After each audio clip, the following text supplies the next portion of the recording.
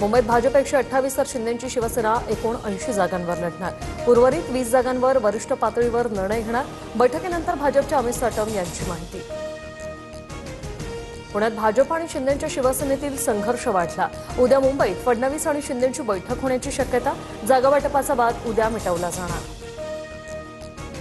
मनसेच्या नेत्यांची मातोश्रीवर उद्धव ठाकरेंसोबत पहिल्यांदाच जागावाटपावर चर्चा। माहीम, शिवडी, विक्रोळी आणि भांडूपमध्ये प्रत्येकी 2 जागा हव्या, मनसेची आग्रही मागणी। ठाण्यात महायुतीचा प्राथमिक स्तरावरचा फॉर्म्युला ठरला। शिंदे, रवींद्र चव्हाणांच्या 3 मॅरेथॉन बैठका। ठाण्यात शिवसेना 81 ते 85 जागा लढण्याच्या तयारीत। पुण्यात 2 राष्ट्रवादी एकत्र लढणार नाही। अजित पवारांसोबत जाणार नाही। युती करण्यापेक्षा मवियासोबत लढू, सुप्रिया सुळेंनी सांगितलं। अंकुश काकडेंचा दावा। पिंपरी चिंचवडमध्ये दोन्ही राष्ट्रवादींची आघाडी फिसकटणार नाही। पिंपरीत दादांची राष्ट्रवादी एक पाऊल मागे घेण्यास तयार। दादांच्या राष्ट्रवादीचे शहराध्यक्ष योगेश बहल यांची प्रतिक्रिया। बारामतीत उद्या शरद पवार, अजित पवार आणि सुप्रिया सुळेंचं एकत्रित स्नेहभोजन। विद्या प्रतिष्ठानच्या कार्यक्रमानिमित्त उद्या पवार कुटुंबीय आणि गौतम अदानी एकत्र येणार।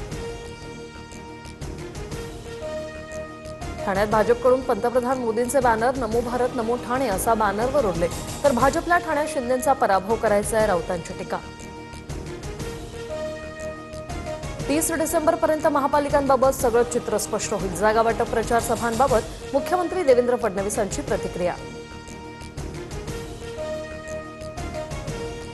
पुण्यात गुंड बंडू आंदेकरकडून मनपा निवडणुकांसाठी उमेदवारी अर्ज दाखल। आयुष कोमकर हत्या प्रकरणी बंडू आंदेकर सध्या न्यायालयीन कोठडीत। अर्ज भरताना बंडू आंदेकरकडून घोषणा।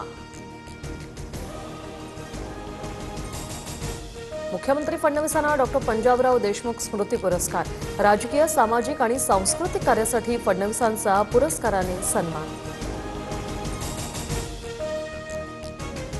गडचिरोलीमध्ये विमानतळाचं काम 2026 मध्ये सुरू करणार। मुख्यमंत्री देवेंद्र फडणवीसांची घोषणा। दक्षिण भारताचं द्वार असल्यानं गडचिरोलीचा विकास महत्त्वाचा, फडणवीसांचं विधान। चांदीनं 2.5 लाखांचा टप्पा ओलांडला। चांदी 20,000 तर सोनं 1,600 रुपयांनी महागलं। जीएसटीसह सोनं 1,43,000 तर चांदी 2,57,000 रुपयांवर।